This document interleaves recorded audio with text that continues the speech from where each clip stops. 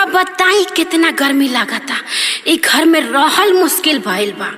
हमरा से तो न रहाई, न बाटे कूलर आ न बाटे एसी। दादा रे दादा, हमरा के गर्मी लागे बेसी। आप देख रहे हैं good Bihar India films. Subscribe करें, बेल आइकन बटन दबाकर। शंभू कप्तान पटेल।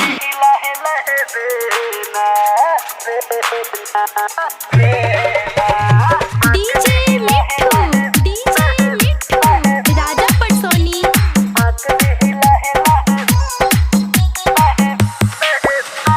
गर्मी महीना बड़ा कमीना, चोली से टप टप चूहे पसीना।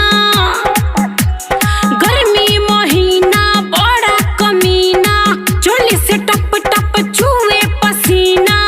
राजा हौ वाला प्यार होई के ना त काहे रुसल बाडुए हमार सोना, अब हक दिही लाहे लाहे बेना। काहे रुसल बाडुए हमार सोना, अब हक दिही लाहे लाहे बेना।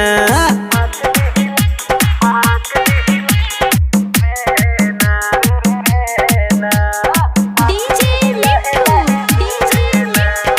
राजा पटसोनी।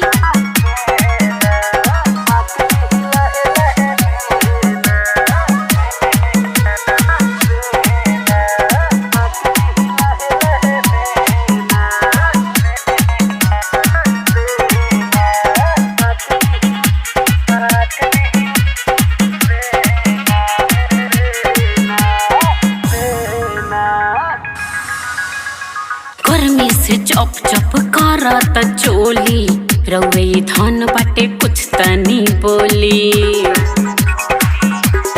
ए राजा गर्मी से चप चप करत चोली, रउए धन बाटे कुछ तनी बोली। तोहरे ला धैले बानी बास के बेहना, सट धीरी सुखा दे पसेना। तेरा नी आव हो, तू ही बारू हमारा फूल गेना गेना गेना।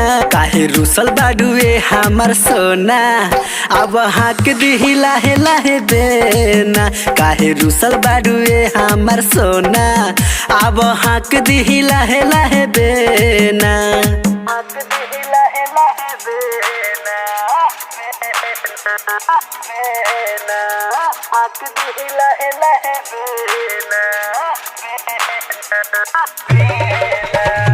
डीजे मिट्ठू राजा पटसोनी।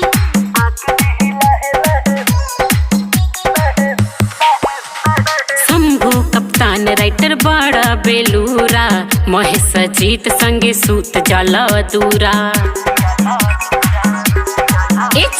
शंभू कप्तान राइटर बड़ा बेलूरा, महेश जीत संगे सूत जाला अधूरा। किसन सजनवा प बोल न बेसी, जाके बाजारे से ला दे हवेसी।